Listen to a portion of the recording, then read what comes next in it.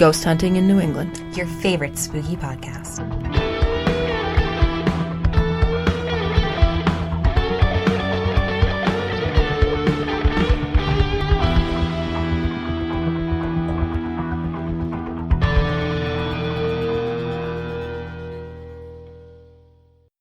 Hello and happy Wednesday. Welcome to this week's episode of Ghost Hunting in New England with your hosts, Amelia and Beth.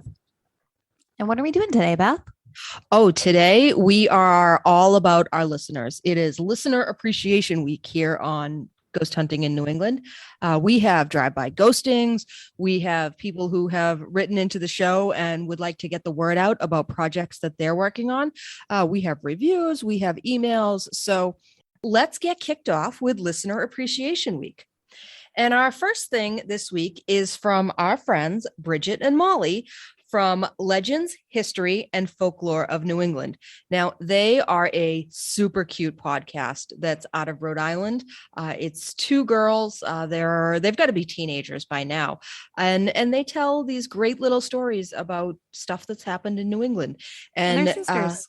They are, and it's adorable. I love listening to their show. So this is their first drive-by ghosting that they've written into us. Hi, Beth and Amelia. We are so excited we finally have a drive-by ghosting to share. We actually talked about this experience in season 3, episode 2 of our podcast that was released a few weeks ago. So we went to Gettysburg this summer, and our mom surprised us with a real live ghost hunt with the Gettysburg Paranormal Association. We brought our own K2, but they supplied us with all sorts of gadgets, K2, EMF, dowsing rods, ghost box, all this stuff we totally want to get, but haven't yet. We went to an old house that was a field hospital near the Battle of Culp's Hill. It was like 9,000 degrees in the house because there were no air or electricity, but we went into the middle bedroom to see what we could find. As soon as we walked in, Bridge said she didn't feel well and wanted to leave. And Mom and Dad were like, nope, have a seat. We're doing this. So I, Molly, had the K2 and set it in the middle of the floor and held on to the EMF. Dad had the dowsing rods. Mom had the camera and thermometer. And Bridge was holding the ghost box, which we really didn't use in this room. Nothing happened for a bit. We were asking questions. Then all of a sudden, the dowsing rods seemed to be responding to questions. At the same time, Mom said, I have chills and goosebumps all over. Molly said, oh my God, it's going up. What she meant was the EMF went from a steady 0 to spiking to 6, 7, 8. It was really spooky. She hadn't moved. She was in the same spot, and there wasn't any electricity in the house. So we started asking a few questions, and the dowsing rods our dad was holding started responding. Is there someone here with us? Move the rods. And they moved. Are you male or female? And we can't remember if we said left for male or right for male, but it indicated female. The EMF continued to spike and return as we were asking more questions. And eventually, as we asked some yes and no questions through the K2 and dowsing rods, we determined the spirit in the room was a nurse, probably between 30 and 40 years old, who was there during the battle and worked with soldiers. We never felt scared, just that weird, sick, dizzy feeling when we first walked in, but that may have been the heat or maybe just being sensitive to the activity in the house.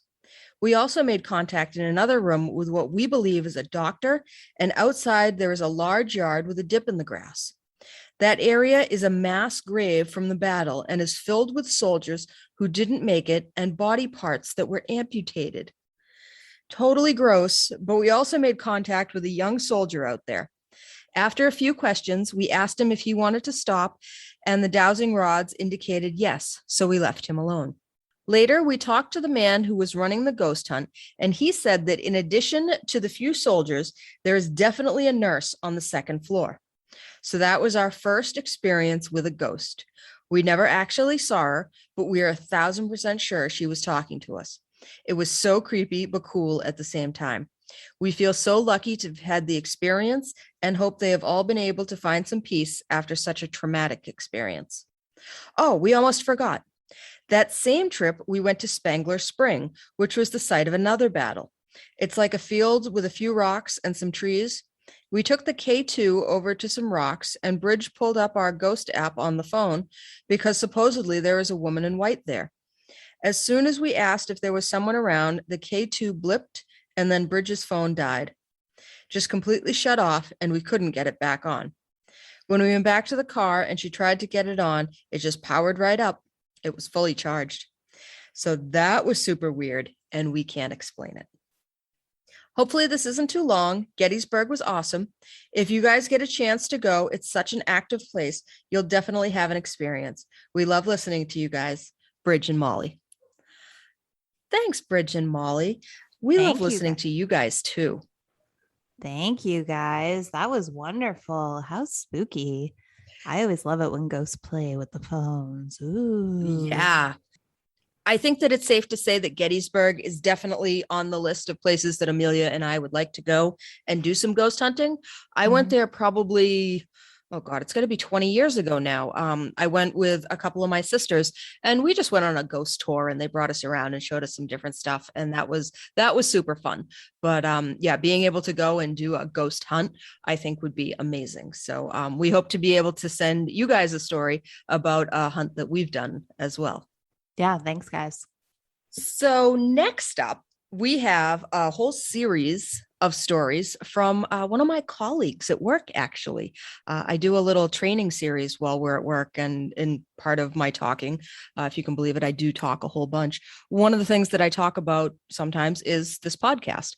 But then she got the information that we had this podcast, and so she sent us a whole series of stories. And in fact, it was so many stories that she sent this over a month ago to us. And we wanted to find a point where we could kind of go through all of them. Hello, Beth and Amelia. I've been listening to your podcast ever since Beth revealed that she was doing one at one of our fireside chats. I will add that unlike other listeners, I do not usually listen with my cat. I'm sorry. Can I just say, I wasn't aware that lots of people listened with their cats, but I find that to be a hilarious detail. And if you listen with your cats, can you please write in and tell us? My cat is a large calico, and while beautiful in appearance, her nature does not share that attribute. She will often bite my legs if I'm on a Zoom call or listening to a podcast through speakers. She doesn't like voices in her home, and she can't identify where they are coming from. Amelia, I feel like I know you after listening to this, even though I haven't had the pleasure of actually meeting you. Like you, I'm a Reiki master. Anyway, I have several stories to share, and I've been meaning to send you a Drive By Ghosting for a while. Here it goes. This one is for Beth and her fascination with mental institutions. In the job I had prior to this one, I was working in Westboro in the Hadley building, which had been the medical building for residents of Westboro State Hospital.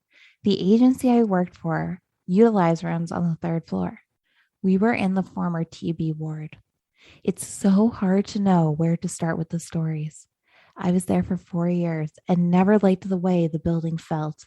It was always heavy and dark. The building is a red brick building on the side and yellow cinder block type bricks. It's in the shape of a V with the main entrance at the bottom of the V. If my memory serves me, it was 4 stories high.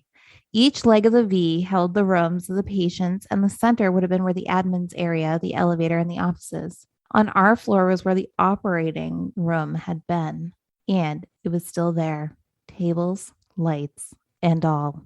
I'm sure it had seen some pretty horrific scenes, including lobotomies, which I'm told did take place there.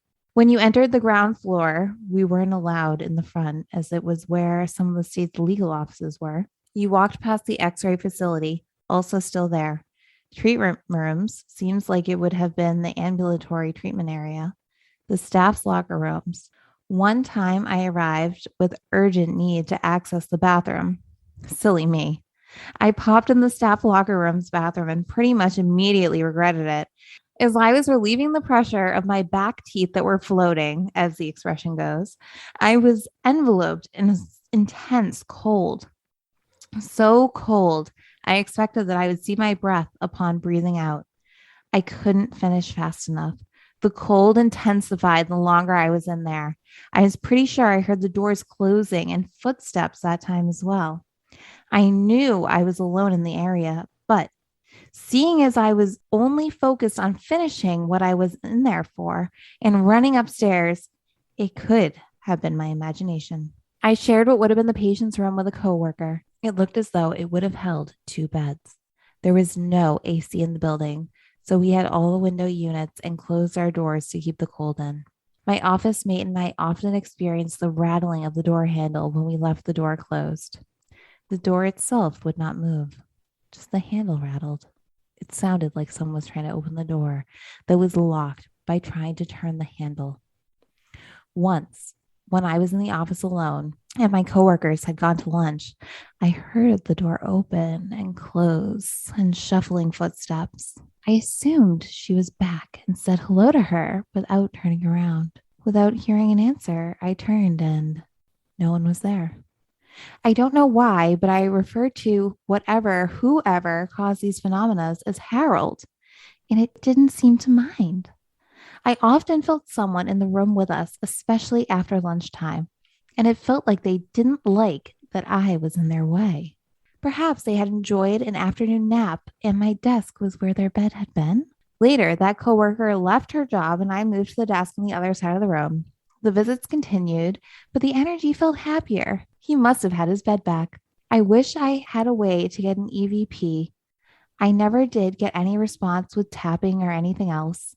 I tried on a few occasions, and frankly, I'm glad because I think working there knowing that there was really a ghost there would have been challenging. One time after everyone had left, my coworker across the hall saw a very large, dark figure walk down the hallway past her door and into my office. She said she saw it out of the corner of her eye at first, and then when she picked up her head to look more closely, she saw it head on. She said she ran out the door. Once in the solarium, I saw an apparition of an older man sitting in a chair. He looked comfortable and like he was happy to be there. And another time, I walked through the door that was along the hallway. It separated the wards. In the shadow on my left, I saw a very tall, dark, menacing man. I know you don't do demons and me either. So I told him to leave me and I ran. I never explored the other wing on our floor. At one time, DYS had housed incarcerated youth there. I couldn't even fathom spending the night there. Other people in the building all told stories of hearing footsteps and doors closing, and when they would explore, no one was there. The maintenance guy was almost more surprised when you actually walked through the door because they never expected anyone to actually be there. Great story, Beth. That absolutely fabulous. Thank you so much. Writing. And I really want to know, can we still get into the old Westboro Hospital? Do we get special dispensation because you used to work there? I think we should find out. Indeed. Yeah, that would make for a fabulous investigation. For sure. Yeah. Great story. I love that. Yeah. And as someone who also works in a haunted place, I know that feeling of going to the restroom and like you just have to go. At my job, one bathroom is very haunted and the others aren't, but sometimes you got to go and you have to go to the haunted bathroom. Very scary. And you always just want to run out of there. Very scary. All right. So here is her second story. Once, when I was about 7 or 8, I awoke in the middle of the night for something, and I no longer recall what it was. In the house that I grew up in, you had to walk through one bedroom to get to the hallway. And as I sleepily walked through what was at that time my brother's room, I distinctly saw someone sitting on my brother's bed, and I assumed it was my mom. I turned to her and asked a question, and there was no response. She turned and looked at me and put her finger to her lips. I was very confused and made my way into my parents' bedroom. My dad slept closest to the door, and I woke him up to ask why my mom didn't answer me when I spoke to her. He told me that my mom had actually gone to the hospital that night and was still there. We both went back to my brother's room to find nothing there. When I thought about this later, I realized that the person who I saw on the bed had a sort of glow about her. There was no way that the nightlight in the room would have illuminated anyone to the degree this person was illuminated. The illumination is very difficult to describe, but it was as if a very soft light came from a source within as opposed to being illuminated from a light in the room. I felt completely safe and actually very loved. I know this is an odd thing to say, but I can't stand being shushed, And this felt like a most lovingly sincere gesture. My brother has Down syndrome, and that boy has been through more things that should have killed him than you can imagine. I still wonder if that wasn't his guardian angel coming to be with him that night, because there is no doubt that he has one. That's a great Aw. story, Beth. Those little kid stories that so many of us have about a time that we woke up and something spooky happened, right? Which I think it's far more common in kids because they're open and they're available to these sort of experiences. They're not so caught up in the everyday humdrum of adult life that they're like, nah, that's not it. I'm just going back to bed. But yeah, that was wonderful. Yeah, that was really nice. That was a very sweet one. Okay, now on to story 3, Seattle. I lived for a short while in Seattle, Washington. Our apartment was in the area outside of Green Lake called Lichton Springs. Lichton Springs had been a very sacred area for the local Native American tribes prior to the settlers who didn't have any regard for such things. I lived there with my infant son and my then husband. We noticed odd things right away. I think the first thing was that in the second bedroom, which we used for a changing room and storage, the light was always on. We would snip at each other all the time about it, to the point we would say, "Watch, I'm turning it off now and I'm closing the door." It never failed that the light would be on when you returned. Keys would disappear too. We had a spot that we left them next to the phone. Remember when you had one of those on a cord in your house? Often, when it was time to leave, you had to go get the keys and they'd be gone. Then, of course, you'd proceed to go through every pocket, every bag, and every place that they could possibly be, eventually returning to the spot by the phone, and they'd be there. We both had this happen almost daily, and I thought I was going crazy. I said to my husband, "I'm leaving the keys here. I want you to see that they are here." And they'd be gone as soon as we needed them. Or we'd have the other one verify that the keys weren't there and then go look for them and come back and they would be there. Eventually, I just said, "Put them back." Continued to get ready, came back, and there they would be. Often my son would be woken up from his naps. I know that he was woken up because he would wake up screaming and pointing to something that I couldn't see, way before the nap should have even been over. Generally, he woke up amicably. I started telling whoever it was to leave him alone. He needed to sleep. It stopped. My husband worked nights, so I would be at the apartment alone until late at night. I never felt alone, and I never felt afraid. I even had several occasions when I was looking for something, usually paperwork or something I needed to complete in a task. I would go digging through files and just not find it. I'd just say, "I'm looking for blank," and leave the room. I'd come back and it would just be sitting on my desk. Kind of cool. There was only one night that I ever had an unsettling experience. I was alone with my son and it was still early, maybe just after dinner. He was crawling on the floor playing, and I went to walk to the back of the apartments where the bedrooms were. In my head, there was a very loud and angry voice yelling, "Get out." I remember stepping back and then forward again, and then it said it again. I felt pressure, like I was walking in on a strong resistance, something pushing back at me, not forceful, but resisting. We had a back door in the part of the apartment, so my first concern was that someone had gotten in and I was just being protected. I went around the outside of the apartment. We were on the ground floor and everything looked fine. I looked into my room and I didn't see anything amiss. I came back and started walking into the back again and again, the voice and the resistance. I did notice the door to the closet between the bedroom doors was open. This was odd because it was a bifold door and so not usually open. This time I listened, I grabbed my son and I left. Thankfully, my husband trusted what I was telling him. We called the police and they walked through and didn't find anything, though they told me that they had left the light on in the bedroom. We both looked at each other and said it must have been a ghost. They, of course, looked at us like we were just nuts. I have no idea why he told me to get out of that night. It never happened again, and I never saw the ghost. I have a vague recollection of waking in the middle of the night to see a Native American standing in my room. I'm a heavy sleeper, and it didn't register anything with me, so I just went back to sleep. My gut was that the Native American was still protecting the land. I never asked any people about the building if they had any odd occurrences. We said goodbye to him and we left and warned the next tenant. She also thought we were nuts. I'd love to know if she had any experiences like ours. Good story. Very good story. I love that light in the room that just keeps turning on all the time. This reminded me so much of Jamie and the times that Jamie has kind of come on and told us about how she found out she was a medium and being in Salem. And she would always say that like weird stuff would happen, like keys would go missing, these things would go missing, like lights turning on and off. And like she would get in these arguments with her roommates when really it was just a ghost in the house. I'm sure that there are more than a few roommate breakups that have happened that are actually ghost faults. Indeed. Yeah. All right. Story number 4 from Beth.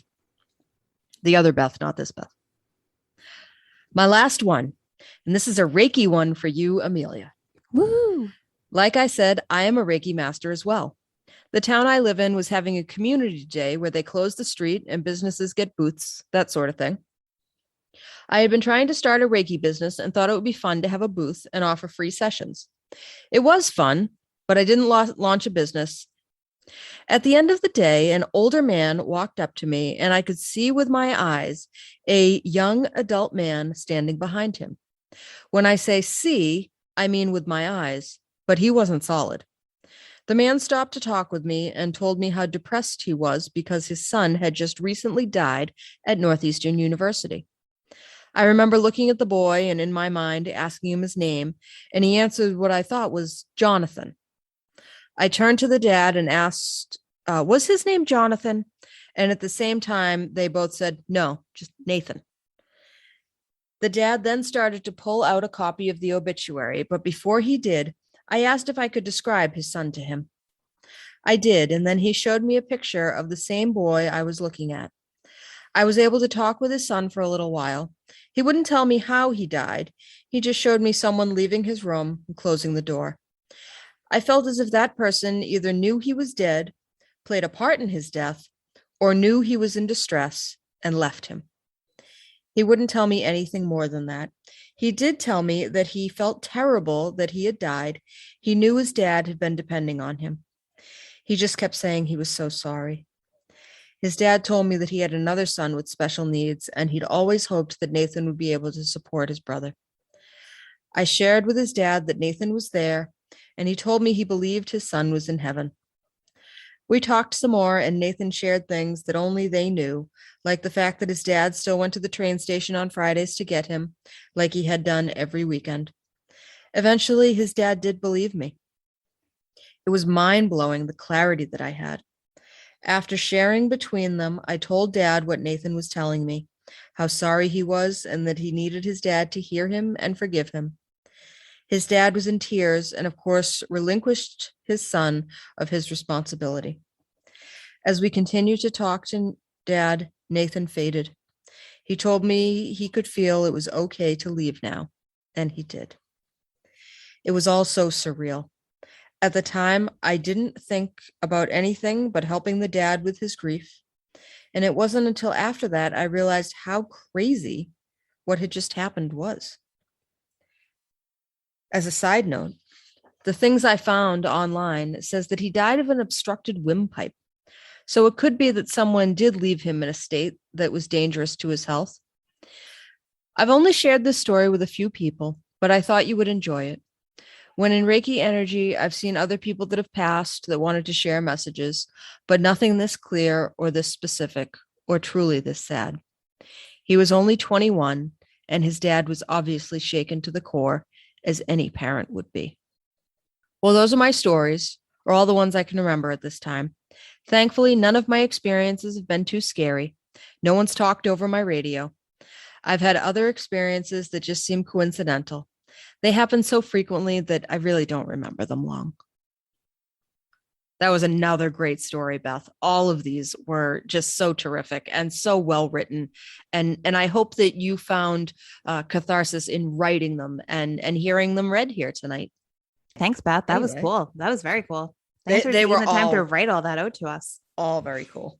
I'm glad we were able to not rush through them all and like give them the time each one deserved. Yes, absolutely. And next, we have 4 more stories from Cassie, one of our other listeners. She sent us these on Instagram. Hey, Cassie, thanks so much for listening. Hello. I just wanted to let you know I love your podcast. I just stumbled upon it a few weeks ago and I've been binging it every day at work. The first episode I listened to was the Danvers State Hospital episode. I know it's an old episode, but I have a story about it. My dad's family used to have a family farm that was at the bottom of the hill from Danvers State. My grandmother said that from where their house was on Dayton Street, they could hear patients yelling and screaming from the hospital. My grandmother was born and raised on that street. She lived there for 90 years. So I wondered if some of the screams she heard were due to the lobotomies and shock therapy being performed. Another story my grandmother had told me was when a lady one time knocked on her door. The lady asked her if they could come in, and it was a more trusting time period. My grandmother let her in. As my grandmother was grabbing a drink and her and the lady was talking, my grandmother realized she was not fully with it. Turns out she was an escaped patient. I probably shouldn't have laughed at like these 2 stories, but the way that she phrased that at the end, it really made me chuckle. But then it sounds so similar to everything that Jamie was talking about when we went up and did that tour with her. It feels like 100 years ago now, but it was what, 2 years ago? 2 summers ago now? Yeah, 2. Yeah, that's it. All right. So moving on the Cassie train here. She has a series of stories that she has sent us as well. So here's the first one. When I was 5 years old, we moved from Danvers, Mass to Topsfield, Mass. I have a vivid memory of seeing a young boy and girl, probably around my age, about 5 years old or so, playing in the yard, but they almost seemed to be white out. I don't know how to explain that, and see-through. I just remember they were playing on the front lawn and then they ran around out back. And by the time I got to a back window, they were gone and I never saw them again. I'm not sure if it was just my imagination playing tricks on me, but that's what happened. I was maybe 5 or 6 years old. So that's a really cool story about seeing and it's just those like little random things, that we see as kids that stick with us. I don't know how I would have described them either, but I feel like based on your description, Cassie, I understand what you're trying to say. The whiteout, but they were kind of see-through, like they were ghosty. Yeah. Spooky. Very. So my next story involves a Ouija board. I'm sorry, I was young and I didn't know better. So let me give a quick background on my parents' house in Topsfield. Ever since we moved in, I was convinced that the house was haunted, not in a bad way. I just remember having papers thumbtacked to my bedroom wall and they would start moving as if someone were blowing in the wind. My dad said it was probably just the heat kicking in and the air making them blow, but when I told him how I didn't hear it kick in, he would just switch subjects. We also had a dog growing up who was a German Shepherd Black Lab mix. He was the best dog ever. He would watch out for us and walk us everywhere. And this dog would refuse to go into my bedroom or in the basement. The basement I justified as him being scared of the stairs, but to this day, I still have no clue why he never came into my room. He would always just stand in the door wanting to come in, but he was too scared. The only time he ever went in was when I was crying and he came to check on me. So anyway, back to the Ouija board story. When I was 10 years old, I wanted a Ouija board, but my mom refused to have one in the house or allow us to play with it, which at the time I didn't know she believed in ghosts, so I thought it was odd. But little did she know, my friend got us one. So one day I'm at my friend's house and we're in her bedroom closet and it's dark and we're playing with it. And we're talking to spirits and I look up to her and I swear this girl was growing green fur all over her face. We got so freaked out, said bye, and made lunch. While eating lunch, we decided to have a sleepover at my house and snuck the Ouija board in without my mom knowing. So that night we were in my bedroom. Yes, the very same room that the dog refused to enter. playing with the boards as my cat was sound asleep at the end of the bed. All of a sudden, my cat, who's a full-blown psycho who fights foxes in the yard on the regular, woke up, arched her back with all of her hair standing straight up, hissed, and ran out of the room. I personally never ran down the hallway so fast, and to this day, I've never touched a Ouija board ever again. I honestly think she sensed the spirit. Good story. Very scary. That was a terrific story. Cats While we feel don't everything. do Ouija boards and we don't do demons and, there's all that stuff. We do enjoy a good Ouija board story. And your friend growing fur all over her face must have been terrible. I wonder if like she could feel it. Like, was there anything like that she was experiencing that she was able to describe later? But probably not. I doubt you guys really talked about it. All right. Cassie's last story. Here we go. I feel bad sending so much, but I still have another story. That's okay, Cassie. You should never feel bad about sending us stories. If you got them, we want to hear them. The other story happened to my mom, and she didn't tell us kids about it until we were older, like 10 years after it happened to her. A few years after the Ouija board incident, and I'm now in 7th or 8th grade. It's our family Christmas Eve party, so all of our family and friends were over. All of the adults were in the kitchen, snacking, drinking, and talking. I was in there too, and my mom starts telling a story about the time she saw 3 ghosts in our house. Now, let me clarify. My mom doesn't drink. She never has, and she never plans on starting. So she's telling us how one night when we had first moved to Topsfield, she woke up because my dad was coughing really badly. When she opened her eyes, she saw the ghosts of 3 people, 2 old ladies and 1 old Native American. My dad ended up going to the hospital and they found out he had pneumonia. He had it so bad that they wanted to have him stay at the hospital until he got better. My mom said a few days after she saw the 3 ghosts, she was telling my elderly neighbor about it. The neighbor asked my mom to describe the ghost she saw, and she said one of the ghosts was the exact description of the old lady who lived in the house before us. Oh, and that Christmas Eve was also the night I discovered the old lady who lived in the house before us died in the house. Just this past summer, about a month ago, I found out where she died in my parents' house. She died in the doorway between the master bath and master bedroom. There's literally a mark on the floor that I never thought anything of. As for the Native American she saw, Topsfield had a lot of Native Americans at one point in time. My high school is literally named Masconomet, and their mascot is the chieftain. This is because when they were building the school, they dug up Native American artifacts. But I have no clue who the other lady she saw would be. And then Cassie includes this very telling text message exchange between her and her mom. So, Cassie, didn't you say one time you saw Mrs. Reyes? Mom, yes, I did. It was when Dad had pneumonia. I actually saw 3 people that same night. Cassie, who did you see? Mom, 2 old women, one of them really old hair in a bun, and the other with shorter, curlier hair, and then an old man with really long hair, like a Native American. Cassie, and you had no clue who they were? Mom, nope. Mrs. O'Mara thought it could have been Mrs. Reyes. Cassie, did they seem like they were from the same time period? Mom, no. So 3 random spirits from 3 different time periods all came to wake Cassie's mom up and let her know that her husband needed to go to the hospital, which seems very cool. So that was the text message from the previous day. And Cassie wants to apologize for blowing up our DMs like Clingy X. And we want to say, Cassie, you in no way need to feel bad about blowing up our DMs like a Clingy X. We are all about all the DMs. Yeah. Yeah. So Cool. Thank you so much for all That of your was great. stories. They're great. I loved it. They were all terrific. Yeah, I imagine that was probably terrifying for your mom. And why would she want to tell you guys about it when you were kids? 10 years later seems about fine.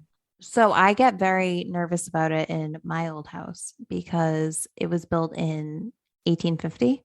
And I know the last owners did die here. And I knew the last owners. I actually went on vacation with them when I want to say I was in 6th grade.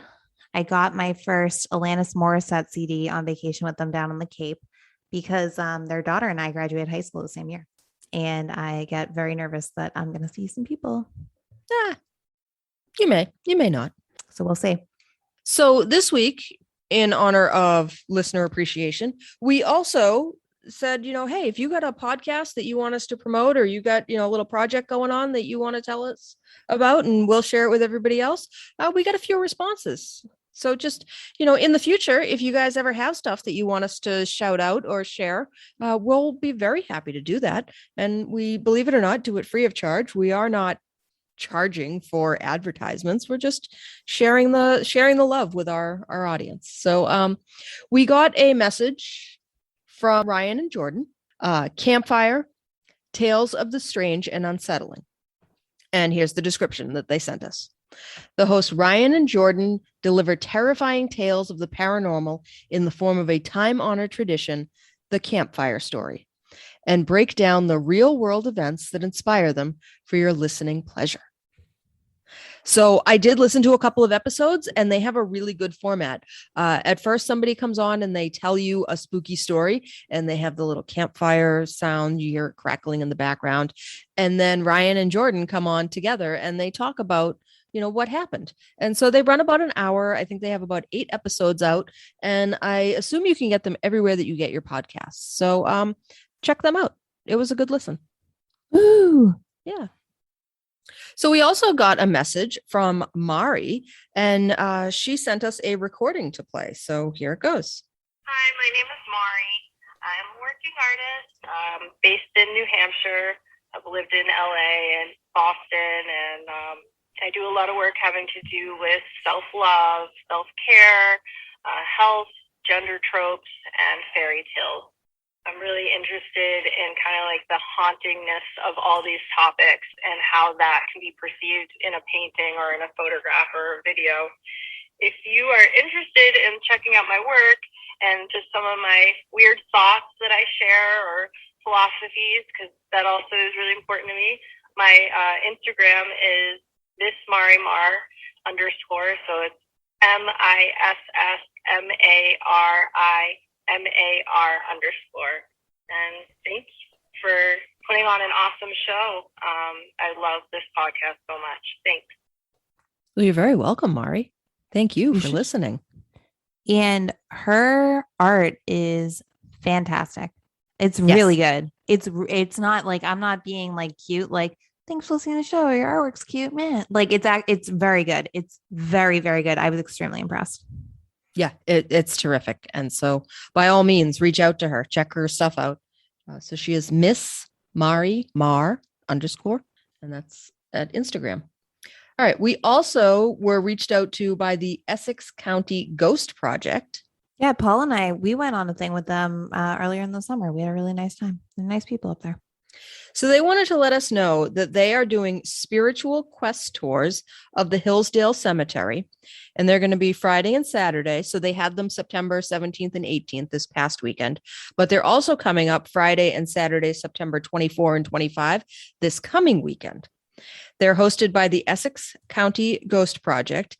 Gates will open at 6:30 p.m. and ghost hunts begin at 7 p.m. To register, call Tom Spitaleri at 978-376-2807, or I guess Google Essex County Ghost Project, and you should be able to get the details there. They also have a virtual program, The Haunted Tales from the Garrison House. So this aired on Facebook. It was on Facebook Live last Sunday, September 19th. It's an hour long. Paranormal expert Tom Spitaleri will tell haunted tales of old folklore and the paranormal. This event was live on the Essex County Ghost Project Facebook page, but they said that it will be available as a recording. So if you guys want to hop on there and check that out, I'm sure it's fabulously interesting. So they also have a community access TV show, and you can get the details on that by going to their Facebook page, which is the Essex County Ghost Project Facebook page. Yeah, Paul and we had such a nice time. They do they're up at the Hillsdale Cemetery a lot, and they do fundraisers up there. We went to one to benefit Asperger's syndrome. That's terrific. There's a few other podcasts, I think, and things we should kind of shout out. while we're Oh. shouting out our friends. Yeah, go ahead. So there's Matt from Modern Horror Show Podcast. He has sent us just like good vibes to some of our social media accounts. So hey Matt, thanks so much. Cool podcast Hi, you have Matt. too. Hey Matt. Thank you. Longtime listener of the show, Mike from Western Mass. He has the Normal Mike Henry podcast. And I've listened to it. I like it. It's really good. He's the one who him and his daughter did the recording on the bridge. Yes, which was hilarious. Hilarious. His podcast is very good. Only a couple episodes, but it's good. And then He does one on the Denver airport, right? At the beginning of the pandemic, he randomly flew out to the Denver airport to do a report. And then there's Mike from Arizona, and he has his kind of musical project, the Belltone Suicides.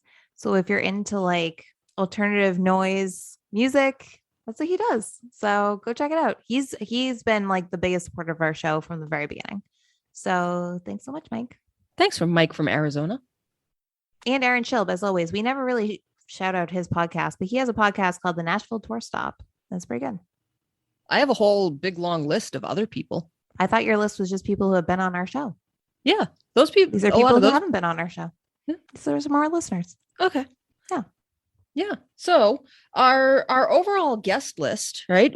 I just wanted to take a moment to thank all of the people who have taken the time to either come on our show as an interviewee, people who have sat in as guest hosts, right? So starting first off with our very first episode, our very first guest, Barry Corbett from the Boston Paranormal Research Group. He's fabulously interesting. He's also a comic in his other life. He not like a stand-up comic, but he draws comics. And so he's got a whole bunch of them. What do you know his Instagram off the top of your head? Barry Corbett. Excellent. So he has a couple of cartoons that he writes, and they're fabulously interesting. All right. And then our good friend, Jamie Day, the medium who comes on and does both interviews and doubles as a co-host. By all means, go to Pentagram Shop in Salem. See our friend Tim Regan. See his partner, Leanne. Buy stuff at their shop. Get a reading. They're amazing. Tim is always spot on with all of his predictions that he does for me. And his prediction about Amelia buying this house was unbelievably spot on. All of the things that he was talking about were like immediately evident, from this part's unfinished. You've been there before, the people there. Like he was very much on point with all of it. Yeah. Peyton Pugmire from Creative Spirit, Massachusetts, who we met this year. He does past life regressions, and he is really terrific and a wonderful person to talk with. From last season, we interviewed Stephen Flaherty from the Seven Hills Paranormal Group out in Worcester, and he really focuses very closely on demons and how to exorcise a demon if you're having that issue. So if you got demon problems, maybe you call Stephen Flaherty. Christy Parrish from the Peter Oliver House in Middleborough. I want to thank Christy for her time on here. Will Fox from Long Island Paranormal Investigators. Give yourself a big pat on the back, Will Fox. You, again, are one of those interview plus co-host superstars. He's actually out in Phoenix now. I'd be interested to know if he's going to start his own group out there, join someone else's group. My friend, Steve Dooner, professor of literature. Dave McCullough from Sasquatchachusetts. That was a really fun interview. I thought it was Sasquatchachusetts. Squashachusetts. Oh. So he's from Squassachusetts. He's from Squassachusetts.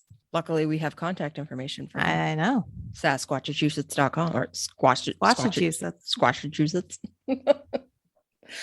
Tom Reed from the UFO Project and the Berkshire incident. And he's, of course, the UFO park in Western Mass. Of course, Mike and Lauren. Mike, who did eventually sell his Nissan Altima, right? Sure did. He did. And Lauren, who has gone through past life regression therapy. Don DiCristofaro from the Greater Boston Paranormal Association. He does the USS Salem. Mm-hmm. David Ray, the pneumatist. He wrote a book and he talked numbers with Amelia. Let's see. Then we have Dan no, and Alice. Yes, the coin collector. He's a coin collector? He's a numismatist. It's a coin collector. That's what that means, coin collector? Yes. All right. Dan and Allison from the Fairbanks house in Dedham. Thank you for taking the time to meet with Amelia and talk with her about your passion project over there. Brendan Shea from Serial Spirits. Yep. So Serial Spirits, great show. They combine ghost hunting and true crime. All right. So we have John Kozick from the Salem Witchboard Museum, who gave Amelia an interview, which also came out in the same episode as Tim Ellis, who I interviewed about the Circus of the Dead, which was 2 Halloweens ago. Of course, we would be remiss without mentioning the Unbelievers, right? Russ, Drea, and Rob, who were so nice to come on and talk with us during season 1 and have been really very vocal in promoting Amelia and the show. I just saw they were at the Mothman Festival with Brendan Shea from Serial Spirits. I was so jealous. Like, dang it. Well, I think you had a few other things going on this week that you had to do. I couldn't make it to West Virginia, but so not that anyone asked me to go. But do you remember when they came on our show and I was talking about how I wanted to do like campfire stories and do the little crackling, and then all of a sudden we're getting messages from Campfire Tales like, hey, give our podcast a shout out. Like, seems like it was a good idea. All right. Medium Abigail Dalton, who met with Amelia way back in season 1 and talked about medium stuff. Yeah, she teaches out at Open Doors. Cool. Yeah. To all the people who have taken the time to be part of our show, we really want to thank you. All right. Do we get any reviews? Yeah, let's do reviews. Our first review comes to us by way of email from our good friend, Barry Corbett, who also does comics. Great job on your interview with Christy Parrish. She has such an impressive knowledge of colonial history and its relation to the Oliver family. Her tales of ghostly encounters within the house were fascinating, and the EVPs were chilling, to say the least. Oliver House is right at the top of our favorite sites to investigate. We learn something new every time we go there, and it never lets you down. 5 stars. All the best, Barry. Thanks, Barry. The first time I ever went to the Oliver House was with the Boston Paranormal crew. They got a lot of cool stuff there that night. Our first iTunes review comes from Cherished 1031. Great New England ghost stories. These 2 podcasters have very pleasant voices and share a mixture of ghost stories and history in New England. They occasionally branch out to other areas too. Well, thank you so much, Cherished 1030, or should I say Cherished Halloween? That'll be 1031. It is 1031. Did I say 1030? As soon as I said it, it's Cherished 1031. Thank you, Cherish 1031. We appreciate that you think that we have lovely voices. Thank you so much. Okay. No need to be weird about it. I can if I wanted to. I'm on the phone a lot for work, and someone told me the other day, they're like, you should do a podcast or something. I was like, thanks so much. I didn't tell them about this. I tell people all the time that, I have one. Mm-hmm. That's why I have this big stupid microphone. Okay, next. From Liska BE. Brilliantly told.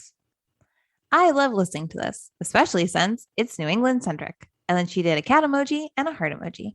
Well, thank you so much, Liska BE. That is very encouraging. Prayer hand emoji, celebratory trumpet emoji. Indeed. Next, we have one from Turtle Kid 563. I love it. I love listening to true ghost stories, especially local ones. I'm from a town south of Boston. Let's go on a group ghost hunt. Let's do it, Turtle Kid 563. Thank you so much. I went to a town south of Boston. Beth and I both live south of Boston. Send us an email, Turtleboy623. And that's the right numbers? 563. Send us an email, Turtleboy563. And depending on how far away you are, who knows? Maybe we will find somewhere that we can meet up and go look for something spooky. Someone else left us a review on Audible, but did not leave a comment. But we are all up to 10 Audible reviews. 10, 10, 10, 10, 10. Thank you to whoever put that 10th review on there. Amelia was really trying to get to 11 by this week, but we got to have goals. Goals are important. So anyway, do you have anything else, Beth? No, I don't have anything else. All right. Well, thank you so much for putting this episode together. Beth put a lot of hard work into this while I was doing other stuff. So thanks, Beth. Good episode. Hey, good episode. You want to contact us out? Sure. You can reach us online at ghosthuntinginnewengland.com, facebook.com/ghosthuntinginnewengland, on Twitter, ghosthuntingNE. You can find us on Instagram at ghosthuntinginnewengland, or send us your drive-by ghosting, or just say hello at ghosthuntinginnewengland@gmail.com. Also, if you have kids, please talk to them about this ridiculous TikTok trend where the kids are stealing and destroying stuff at schools. Not cool. Not cool at all. And don't use TikTok because it supports communist China. And as always, happy hunting. Can I ask some questions about Reiki? Sure. While I have a Reiki master at my disposal here. Yeah. Do you often have situations like this where Yep. when you're doing Reiki, you can Mhm. communicate with spirits? Yep. It's the only time I can do it. Yep. Wow. I've talked about it on the show. We've talked about this on the show. I don't understand Mhm. Reiki. I don't. Mhm. I know that like when I say my shoulder hurts, will you do Reiki? You're like across the world, but my shoulder feels better. Yeah. Yeah. No. So I've worked on a lot of people, and their family members will come through while I'm there. And sometimes it depends like how into it I am. But sometimes you'll just see like I can't explain it. It's like you'll just see like another hand on the person. Mhm. And you're like, who just died? And then sometimes you actually like I can't explain it. It just all the information just floods at you. Like I was worried the first time it happened to me, I was working on this woman. I worked with her for 3 years and her daughter, wonderful people. And the first time she was on my table, she got up and I said, "Did your dad die last week?" And she just started bawling. And she's like, he did. Yeah. And I was like, he was right at your feet like the whole time we were here. And it was like one of my first times with anything like that happening. That's terrifying.